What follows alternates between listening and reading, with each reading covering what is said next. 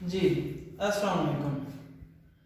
हमारा next topic है classification of organic compounds. इस टॉपिक में हम देखेंगे कि ऑर्गेनिक कंपाउंड को किन किन ग्रुपों में तकसीम किया गया है।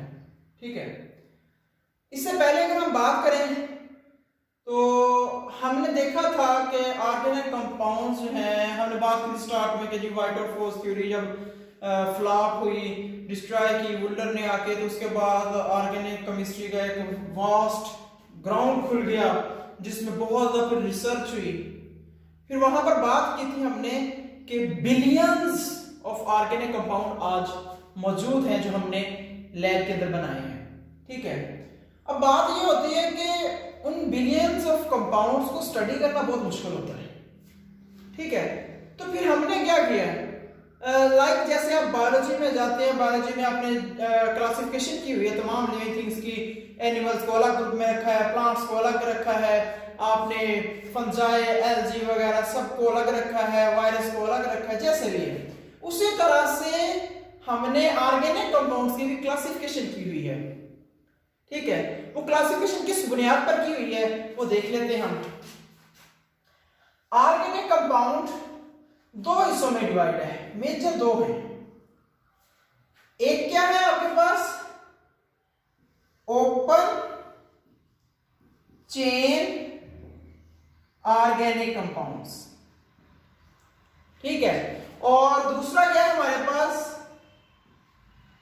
Closed chain organic compound. ये दो है जी हमारे पास क्लासिफिकेशंस। ठीक है, अब एक है ओपन चेन, दूसरी क्या है, क्लोज चेन है। अब ओपन चेन क्या होगी, जिसमें जो फर्स्ट कार्बन होगा किसी भी ऑर्गेनिक कंपाउंड का, जो फर्स्ट कार्बन होगा और जो लास्ट कार्बन होगा उनके दरमियान बॉन्डिंग नहीं होगी। ये एक कंसेप्ट है समझने के लिए कि ओपन चेन ऑर्गेनिक कंपाउंड्स वो होंगे जिनमें फर्स्ट और लास्ट कार्बन एटम जो है उनके दरमियान क्या होगी, बॉन्डिंग नहीं होगी। मतलब जब देखें ना, एक लास्ट है, जैसे आप सपोज करें एक पाइप होता है। ठीक है, तो एक पाइप है, उसका अगर आप दोनों जो एंडिंग पॉइंट्स हैं, फर्स्ट एक साइड से होगा, दूसरा एंडिंग पॉइंट होगा, अगर आप उन दोनों को कंबाइन नहीं करेंगे तो वो एक ओपन स्ट्रक्चर होगी, वो एक सर्कल या क्लोज स्ट्रक्चर नहीं बनेगी। इसी तरह से यहां बात की जा रही है कि ओपन चेन ऑर्गेनिक कंपाउंड्स कौन से होते हैं, जिनका फर्स्ट कार्बन और लास्ट कार्बन जो होते हैं उनमें बॉन्डिंग नहीं होती। ये है जी बेसिक कंसेप्ट। और क्लोज चेन कौन सी होगी, ये इसमें क्या है, टोटली ऑपोजिट है। क्या होगा, first and last carbon are bonded. इसमें क्या होगा कि जो फर्स्ट और लास्ट कार्बन एटम्स होंगे उनके दरमियान क्या होगा, उनके दरमियान वाज़िया बॉन्डिंग होगी। ठीक है, जिस बुनियाद पर क्या होगा कि इनके आपस में क्लोजिंग हो जाएगी, ये क्लोज स्ट्रक्चर हो जाएगी, एक साइक्लिक स्ट्रक्चर बनाएंगे। तो क्लोज चेन ऑर्गेनिक कंपाउंड्स को दूसरा नाम हम क्या देते हैं, साइक्लिक। ठीक है, साइक्लिक ऑर्गेनिक कंपाउंड्स, ये भी हम नाम दे देते हैं। तो ये जो है इनको समझने के लिए बेसिक कंसेप्ट। अब जरा हम देख लेते हैं इनकी एग्जांपल्स कौन कौन सी हो सकती हैं। ठीक है, तो देखें जी जरा, पहले बात करते हैं ओपन चेन की। ओपन चेन की एग्जांपल्स कौन सी हो सकती है, like CH3, CH2, CH2, CH3। ये ब्यूटेन है, 4 कार्बन वाले को आपको पता है ब्यूटेन कहते हैं, अल्केन है सिंगल बॉन्डिंग में।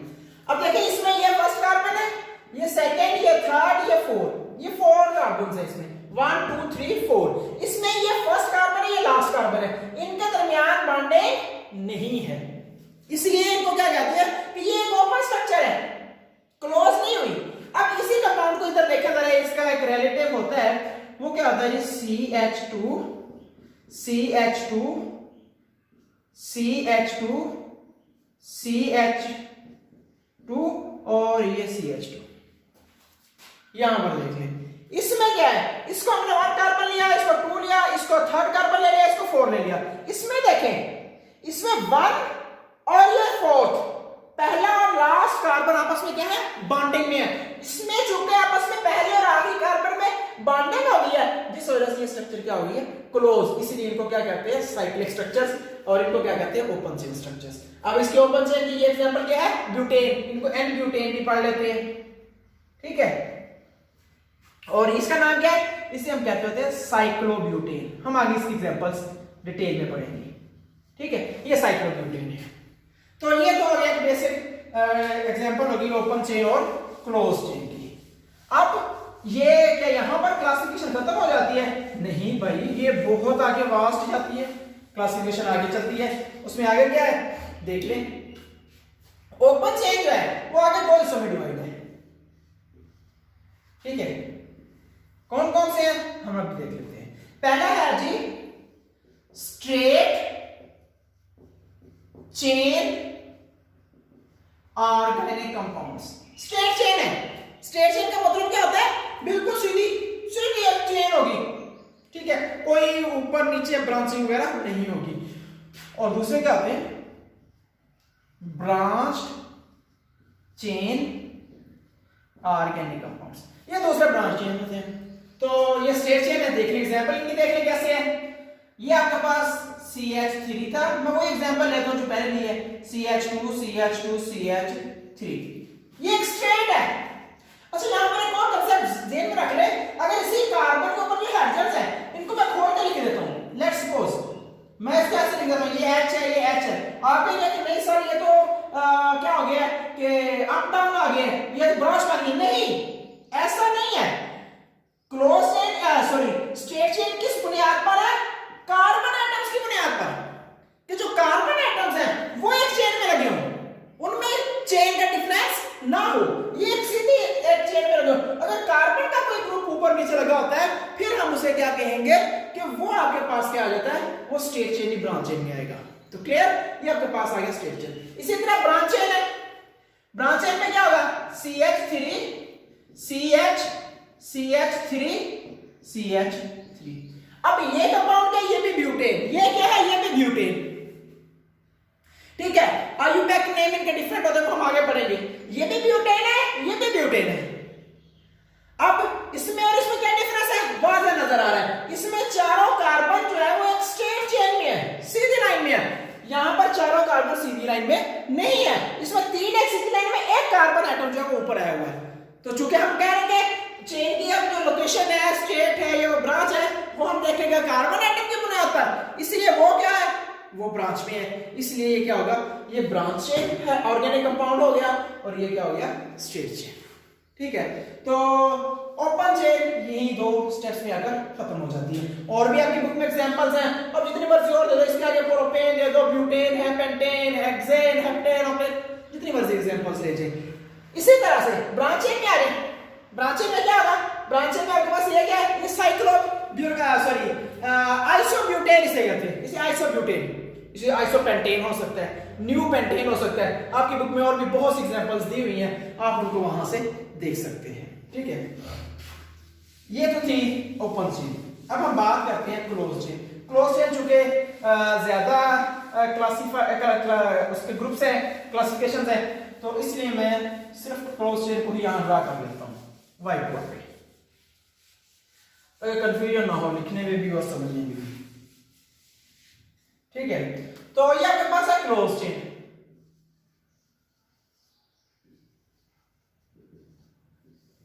अब क्लोज चेन कैसे होते हैं वो बात हमने कर ली, जनरल क्लोज चेन कैसे कैसे होते हैं, ठीक है। अब हम क्लोज चेन में आगे इसकी तरफ आएंगे कि क्लोज चेन में कौन कौन से पहले आपके पास कंपाउंड्स आ जाते हैं, ठीक है। तो पहली बात, दो मेजर ग्रुप है इसके, एक क्या है जी, होमो साइक्लिक ऑर्गेनिक कंपाउंड्स। एक है आपके पास क्या, होमोसाइक्लिक, और दूसरा आपके पास क्या है, हेट्रोसाइक्लिक ऑर्गेनिक कंपाउंड्स। एक है होमोसाइक्लिक और दूसरा आपके पास क्या आ गया, हेट्रोसाइक्लिक। तो ये है बेसिक इनकी जो क्लासिफिकेशन है। अब ये क्लासिफिकेशन आगे फर्दर जाएगी, हम पहले होमोसाइक्लिक की तरफ आते हैं कि ये कौन कौन से होते हैं। होमोसाइक्लिक में आगे दो क्लासिफिकेशन है, होमोसाइक्लिक में आगे दो हैं, एक है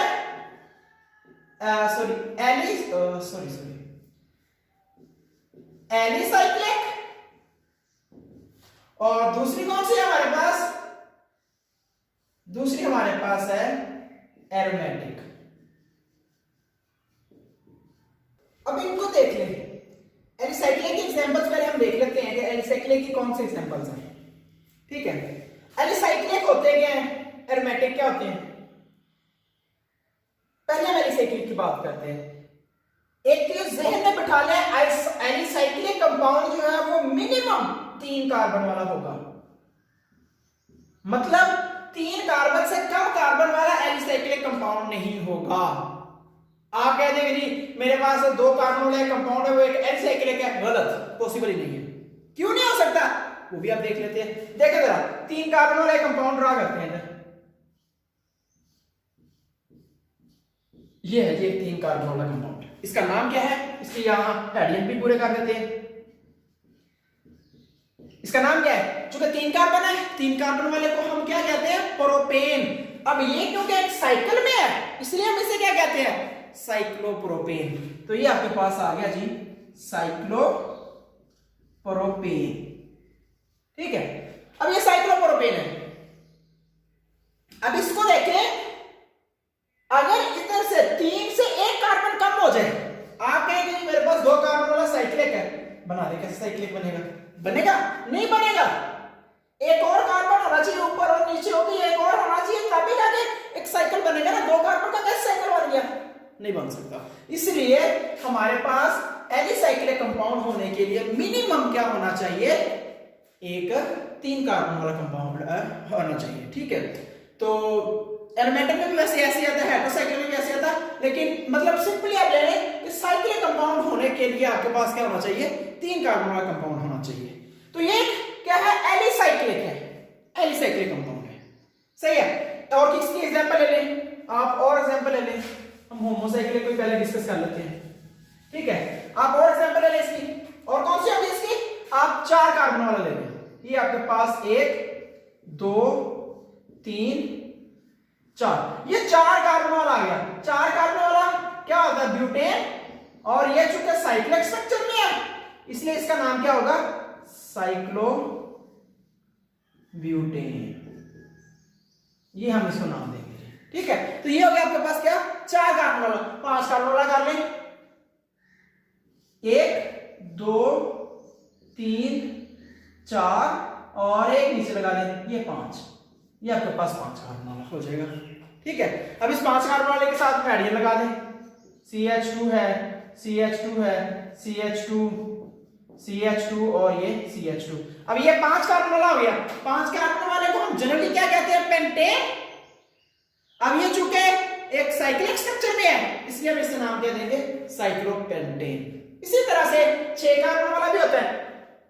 इधर लिख लेते हैं 1 2 3 4 5 6। ये 6 कार्बन वाला आ गया। इसके साथ हाइड्रोजन लगा दें आप। इसके 2 हाइड्रोजन आने हर एक के साथ। ये CH2 CH2 CH2 CH2 CH2। तो ये क्या है? ये आपके पास है साइक्लोहेक्सेन। हेक्सेन होता है 6 कार्बन वाला। ये चूंकि साइक्लिक स्ट्रक्चर में है इसलिए हम इसे क्या कहते हैं? साइक्लोहेक्सेन। तो ये आपके पास साइक्लोहेक्सेन आ गया।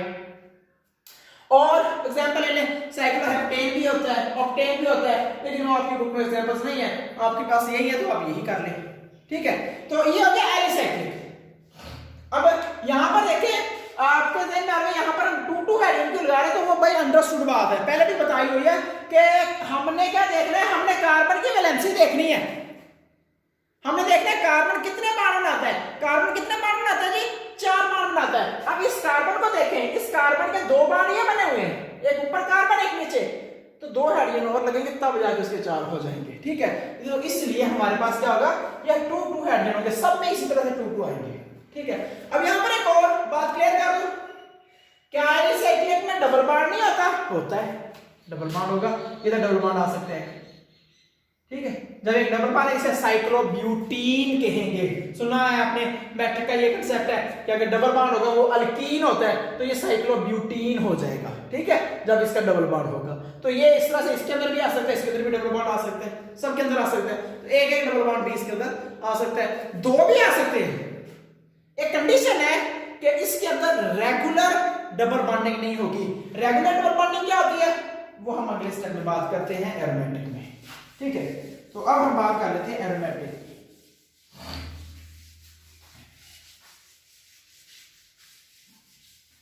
एरोमेटिक जो होते हैं, लफ्ज एरोमेटिक जो है वो अरोमा से निकला है, अरोमा। मैट्रिक में आपने पढ़ा था कि जी एरोमेटिक होते हैं जिनके अंदर बेंजीन रिंग हो। यहां पर कंसेप्ट किसी हद तक वो है, कुछ एडवांस लेवल का है, वो 9th चैप्टर में है कि एरोमेटिक कंपाउंड्स के ऊपर पूरा चैप्टर है, वहां पर हम डिटेल में जाएंगे कि एरोमेटिक कंपाउंड असल में कहते किन कंपाउंड्स को है, ठीक है। यहां पर जो कि जस्ट क्लासिफिकेशन है तो हम एरोमेटिक कंपाउंड्स की जस्ट क्लासिफिकेशन की ही बात करते हैं। एरोमेटिक,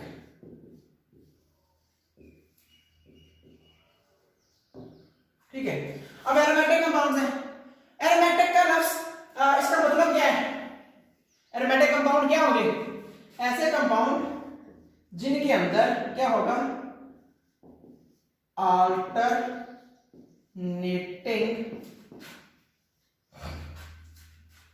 क्या होंगे, सिंगल एंड डबल बॉन्ड्स।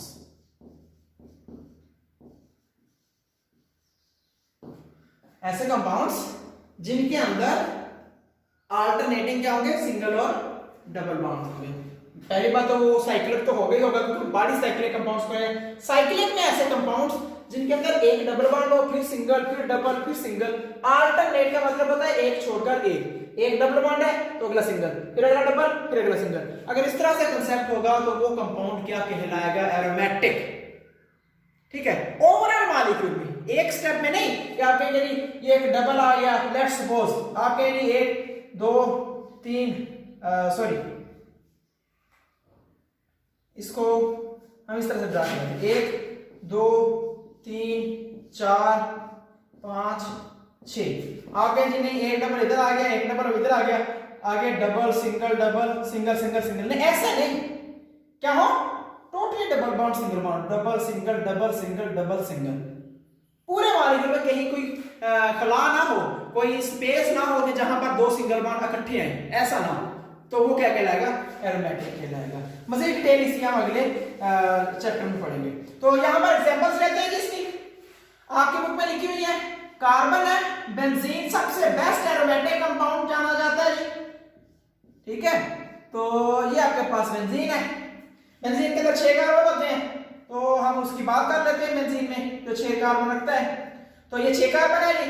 यहाँ 2 बेंजीन में 3 डबल बॉन्ड 3 सिंगल बॉन्ड, मतलब अल्टरनेटिंग, डबल उसके बाद सिंगल, फिर डबल, फिर सिंगल, फिर डबल, तो 3 डबल बॉन्ड हुए, 3 सिंगल बॉन्ड हुए। अब इसके अंदर भी एक हाइड्रोजन, इसके अंदर भी एक हाइड्रोजन, अब इधर भी 3 कार्बन है, 3 बॉन्ड है इस कार्बन के, तो इधर भी एक हाइड्रोजन, इधर भी 3 बॉन्ड है, इधर भी एक हाइड्रोजन, इधर भी 3 बॉन्ड है, इधर भी एक हाइड्रोजन, इधर भी 3 बॉन्ड है, इधर भी एक हाइड्रोजन। मतलब क्या हुआ, बेंजीन में 6 कार्बन होते हैं और हर कार्बन के पास सिर्फ एक हाइड्रोजन लगाने की या अटैच कराने की क्या होती है, कैपेसिटी होती है। इसलिए अब यहां पर क्या होगा, और हाइड्रोजन नहीं आएगा। यही वजह है कि आप बेंजीन को C6H6 लिखते हैं क्योंकि उसकी स्ट्रक्चर ये होती है। क्लियर। अब यहां पर अल्टरनेटिंग सिंगल डबल बॉन्ड, फिर रिपीट कर दो, ये है अल्टरनेटिंग सिंगल डबल बॉन्ड्स, एक double single double single double single, जहां से मतलब स्टार्ट करें, double single double single double single, यहां से ले लें single double single double single double. तो ये जिस कंपाउंड के अंदर ये सिचुएशन होगी वो साइक्लिक हो और उसके अंदर ये सिचुएशन हो वो ऑलमोस्ट एरोमेटिक होगा। एक और भी पॉइंट है, रूल है, लेकिन आपको यहां तक इस चैप्टर तक आप ये समझ लें कि जिसके अंदर अल्टरनेटिंग सिंगल डबल बॉन्ड्स होंगे वो क्या कहलाएगा, एरोमेटिक कहलाएगा, ठीक है।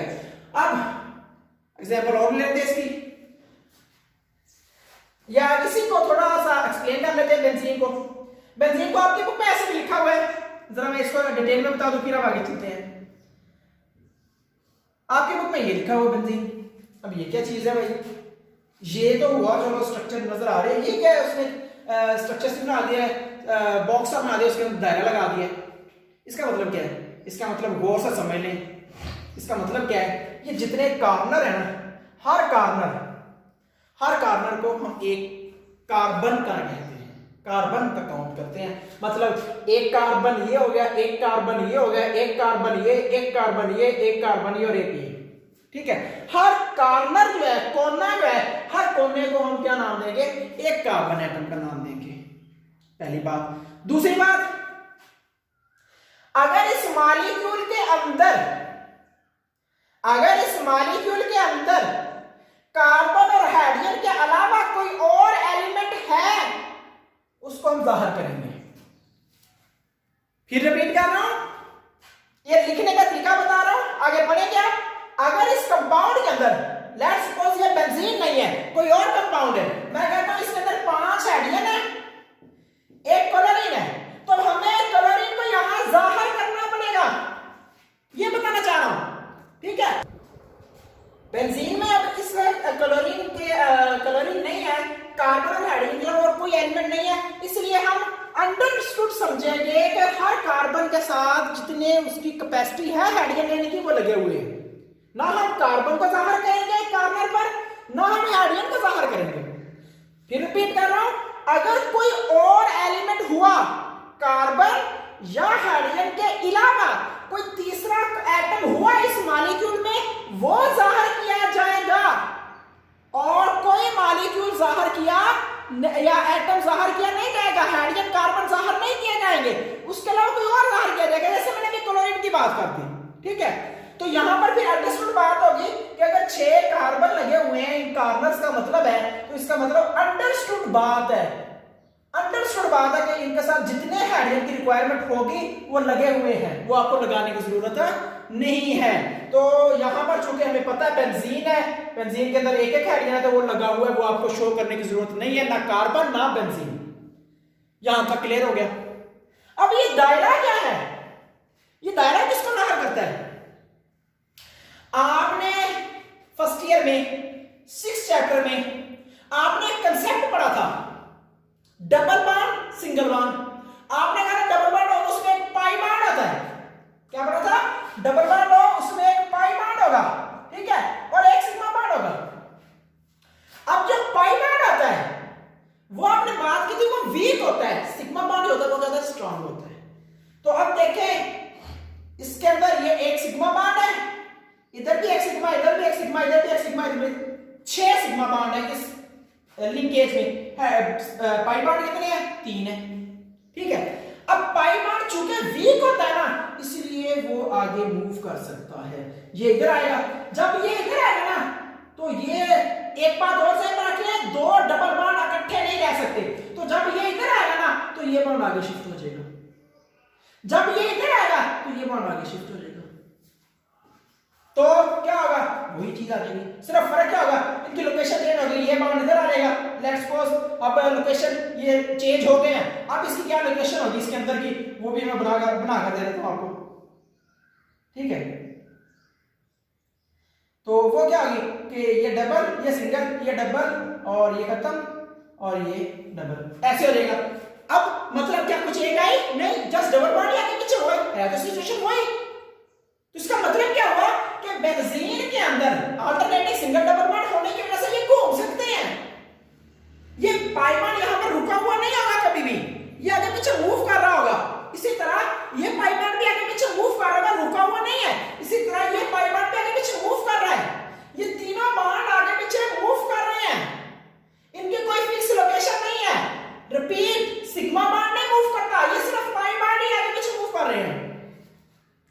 अब चूंकि ये मूव करते रहते हैं, इनकी कोई लोकेशन नहीं है, तो साइंसदानों ने फिर क्या किया? साइंसदानों ने क्या, हमने ये सिग्मा बॉन्ड तो शो कर दिया 6, ये सिग्मा बॉन्ड अकेले वो 6 कर दिए, कार्बन जो है वो कार्बन हो गया। उन्होंने कहा ये जो पाई बॉन्ड है ना, उसको हमने इस दायरे से जाहिर कर दिया। इस दायरे का मतलब क्या है? इस दायरे का मतलब है कि ये पाई बॉन्ड जो है ना, वो घूमते रहे, उनकी कोई लोकेशन नहीं, वो घूमते रहेंगे।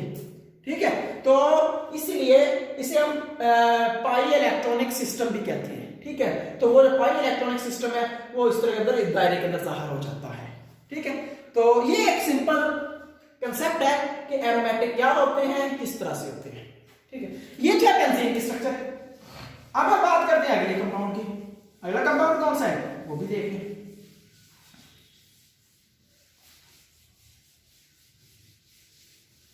ठीक है, तो आपकी बुक में वैसे बहुत सी एग्जांपल्स हैं, मैं सिर्फ 3 एग्जांपल्स और लूंगा। ठीक है, मैं एक ले लेता हूं फिनोल की, ऐसे। ठीक है, ये आपके पास आ गया बेंजीन। फिनोल में क्या होता है, फिनोल में एक OH लगा होता है ये ऊपर, ये OH। आइए जरा पिछले ही कंसेप्ट में अभी हमने बात की कि अगर कार्बन और हाइड्रोजन के अलावा कोई और एटम होगा, ऑक्सीजन आ गया, कोई और एटम होगा तो वो जाहिर किया जाएगा, अदरवाइज हम उसको वैसे लिख देंगे। अब यहां पर एक ऑक्सीजन आ गया था, ऑक्सीजन के साथ हाइड्रोजन लगा हुआ है, तो ये ग्रुप आपके पास एक एक्स्ट्रा आ गया। इस वजह से हमें इस ग्रुप को शो करना है, उसको कुछ नहीं करना, वो वैसे अंडरस्टूड है कि यहां पर हर कार्बन पर, हर कार्बन को हम कार्बन कहेंगे, हर कार्बन के साथ हाइड्रोजन लगे होंगे। यहां पर एक और बात ध्यान में रख लें कि यहां पर बेंजीन में 6 हाइड्रोजन होते हैं, 1 2 3 4 5 6। लेकिन यहां पर चूंकि इस कार्बन ने इस ऑक्सीजन के साथ बॉन्ड बनाया हुआ है, इसका मतलब इस कार्बन के पास अब हाइड्रोजन नहीं है। अगर इसको मैं जरा दूसरी स्ट्रक्चर में शो करूं तो ये कुछ इस तरह से है। अब इसको हम ऐसे शो करेंगे, इसका एक हाइड्रोजन खत्म हो चुका है, रिप्लेस हो चुका है। अब ये ऐसे होगा, इधर ये हाइड्रोजन हैं सारे, यहां पर हाइड्रोजन नहीं है क्योंकि वो पहले 4 बॉन्ड बना चुका है। देखे ना, उसका एक हाइड्रोजन वाला बॉन्ड तो ऑक्सीजन बना लिया, तो इसमें बेंजीन के अंदर क्या होगा, एक हाइड्रोजन कम होगा और OH ऊपर लगा होगा, और इस कंपाउंड को कहते हैं क्या जी, फिनोल। ठीक है, तो ये चीज आपने समझ लिया कि इस तरह से ये आएगी एग्जांपल। और एग्जांपल ले लेते हैं जी नेफ्थलीन, बहुत इंपॉर्टेंट है, सिंपल सी एग्जांपल होती है और बच्चों को उसकी स्ट्रक्चर नहीं आती। अभी देख लेते हैं उसको। नेफ्थलीन क्या होता है, नेफ्थलीन में 2 बेंजीन रिंग आपस में फ्यूज्ड होते हैं, इन्हें फ्यूज्ड रिंग एरोमेटिक कंपाउंड्स भी कहते हैं। सारी क्लासिफिकेशन आ गया इनकी। ठीक है, ये बेंजीन रिंग आ गया जी। ठीक है, 1 2 3 4 5 6, एक और होता है यहां इसी तरह से, ये आपके पास दूसरा बेंजीन आ गया। तो यहां पर 2 बेंजीन रिंग क्या हुए, फ्यूज हुए। अब जरा 1 मिनट के लिए इसे रोकें और देखें, जरा बताएं मुझे कि कितने इसके अंदर कार्बन एटम्स हुए। आपके ज़हन में देखकर फौरन आप बताएंगे कि ये 6 ये 12 हो गए। नहीं, 12 नहीं है इसके अंदर कार्बन। अब क्यों नहीं है, देखें, एक कार्बन ये 2 3 4 5 6 7 8 9 10 लिख देते हैं। 1 2 3 4 5 6 7 8 9 10 10 है इसके अंदर। लोकेशंस देख लें, आप कहेंगे 2 कार्बन कितने का, भाई ये कार्बन, ये 5 और 10 वाला, ये कार्बन जो है यहां कॉमन हो गए हैं, मुश्तरक आ गए दोनों की रिंग्स के अंदर। ठीक है, तो इसीलिए नेफ्थलीन के अंदर हमारे पास क्या होगा, C10 होगा। ठीक है, अब हाइड्रोजन की बात करते हैं जरा, हाइड्रोजन किस तरह के होंगे और जरा इसकी bonding atomic pi bond, single bond की बात करते हैं, वो कैसे होंगे। ठीक है, जरा अभी देख लेते हैं। इन्हीं को मैं इधर ही स्ट्रक्चर बना देता हूं। ठीक है, या इसको इधर रख लेते हैं, एक और स्ट्रक्चर बना दो ताकि आपको बिल्कुल क्लियर हो जाए। अब देखिए यहां पर 1 कार्बन 2 3 4 5 6, ये बन गया, ये 7, ये 8 9 10, ये आपके पास आ गया जी नेफ्थलीन की एटॉमिक स्ट्रक्चर बन गई। ठीक है, आप इसको जरा देख लें, इसके बॉन्डिंग पहले देखिए, डबल बॉन्ड कैसे लगे होंगे। ठीक है, देखिए double single double single double single और ये डबल, ये है स्ट्रक्चर। आपके ज़हन में आ रहा होगा कि बेंजीन में चूंकि 3 बॉन्ड होते हैं डबल, तो नेफ्थलीन में भी 3 बॉन्ड हो गए। नहीं भाई, नेफ्थलीन में 5 डबल बॉन्ड है। जिस तरह से हमारे पास नेफ्थलीन में 2 कार्बन कॉमन हो गए, इसी तरह से यहां पर ये डबल बॉन्ड भी कॉमन हो गया। कैसे, double single double single double single double single double, ये दो में आ गया, इधर भी यूज हो रहा है इधर भी, तो ये बातें क्लियर कर ले। मैथड इस तरह से होगा, ठीक है। इसी तरह से एक और एग्जांपल आपकी बुक में यहां गिवन है एंथ्रासीन, वो खुद आप ड्रा करके देखें और बताएं कि किस तरह से उसकी स्ट्रक्चर आपके पास शो होगी, ठीक है। तो ये था जी एरोमेटिक कंपाउंड्स क्या होते हैं, इसकी तरह ब्रीफ हिस्ट्री हो गई कि किस तरह से ये स्ट्रक्चर शो की जाती है इनकी और क्या क्या पाया जाता है इनके अंदर, ठीक है। अब हम बात करते हैं, होमोसाइक्लिक कंप्लीट हो गया, लास्ट हमारी क्लासिफिकेशन रह गई हेटेरोसाइक्लिक। हम उसकी तरफ आते हैं कि हेटेरोसाइक्लिक क्या होंगे, किस तरह से डिफाइन किए जाएंगे, ठीक है। सॉरी, हेटेरोसाइक्लिक,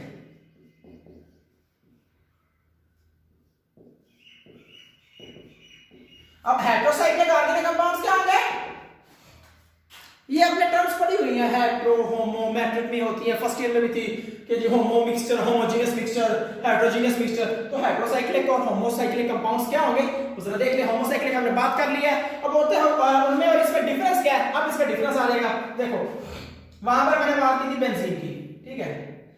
चलो मैं ऐसे ही ड्रा कर देता हूं, benzene CH CH CH CH CH CH double single double single double, ये बेंजीन था, ठीक है। अब इसे हम कहते हैं, बेंजीन को क्या कहते हैं, होमोसाइक्लिक कंपाउंड। क्यों कहते हैं, बेंजीन के अंदर जितने भी कार्बन है ना, जितने भी ये कार्बन्स हैं उनके अंदर क्या है, कार्बन है। बेंजीन के अंदर कोई भी कार्बन जो है वो कार्बन के अलावा कोई और एलिमेंट नहीं है। इस रिंग की बात की जा रही है, अगर इस रिंग के जो कार्बन एटम्स हैं इनमें कार्बन एटम की जगह कोई और एलिमेंट आ जाए तो वो क्या कहलाएगा, हेटेरोसाइक्लिक। लाइक दिस, यही है, इधर मैंने क्या लगा दिया, इसको हटा के मैंने क्या कर दिया, N लगा दिया। अब ये क्या आ गया, ये हेटेरोसाइक्लिक आ गया जी। कैसे, क्योंकि यहां पर एक क्या आ गया, कार्बन के अलावा कोई और एलिमेंट आ गया, इस रिंग के अंदर एक एक्स्ट्रा एलिमेंट आ गया, ठीक है। इसलिए ये क्या होगा, हेटेरो, डिफरेंट हो गया, ये रिंग डिफरेंट एटम्स पर कंसिस्ट हो गया, इसलिए अब ये क्या कहलाएगा, हेटेरोसाइक्लिक।